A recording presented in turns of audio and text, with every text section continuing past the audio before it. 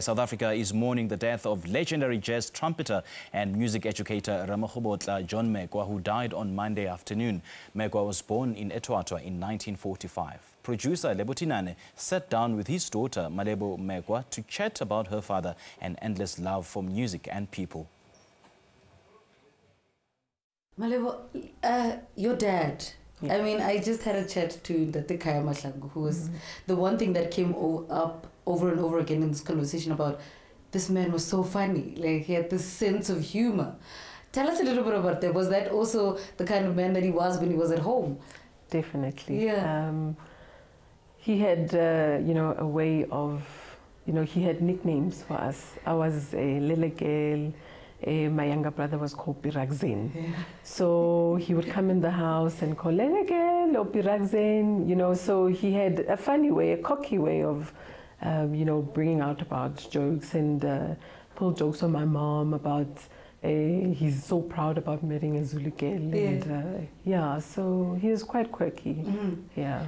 Tell us about this household. What was this household like?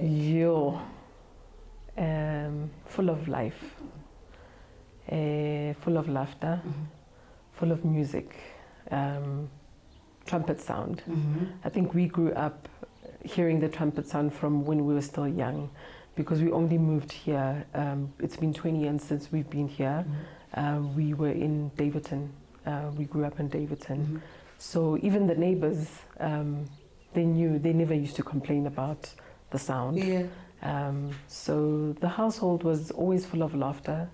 My dad is very loud, very loud. I think when you first meet him, you get very intimidated, like, who, this man is so loud. But you get used to him because he's a big man. So the voice can be very little. And the fact that he blows a trumpet, he has to have a big voice. So we got used to that. And a loving man, a loving husband to my mom. Yeah. Very strict on us. Yeah. This was, it was a happy, happy time with him. He loved being at home, I'll tell you that. Enjoyed the company of friends.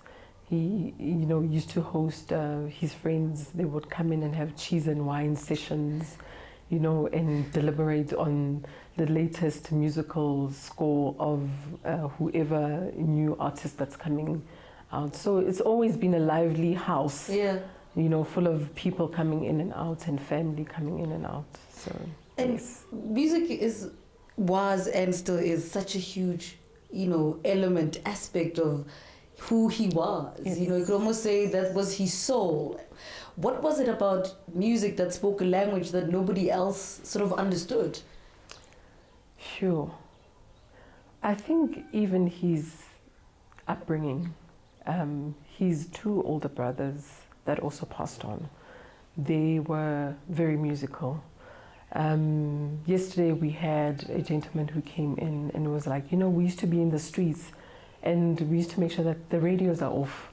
And we would come to the streets and they will bring the trumpet and the trombones, the one will have a guitar, and they'll be having a session on the streets.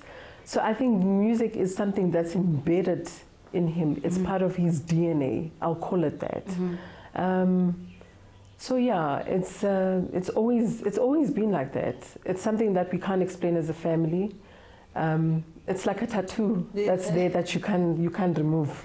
Yeah. And at a time when he really wanted to study music, but the apartheid system just wouldn't let him, it could have easily turned him into this bitter, resentful person, but it didn't.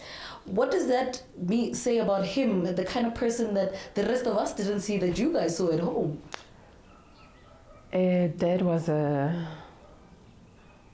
he was passionate.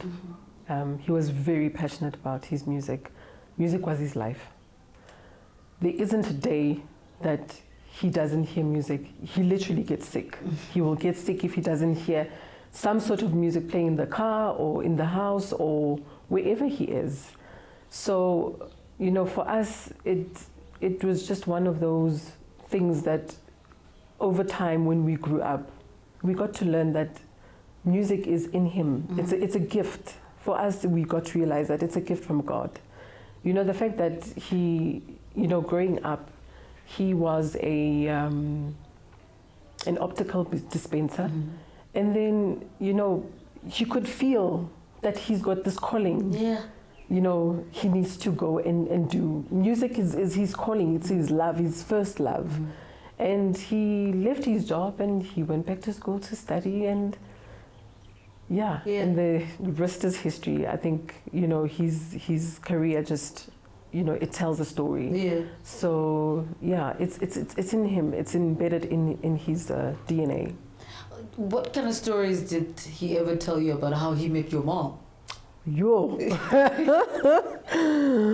Oh, you know, those two are lovebirds. Yeah. Those two. My mom is Swati. Yeah. My dad is Tswana.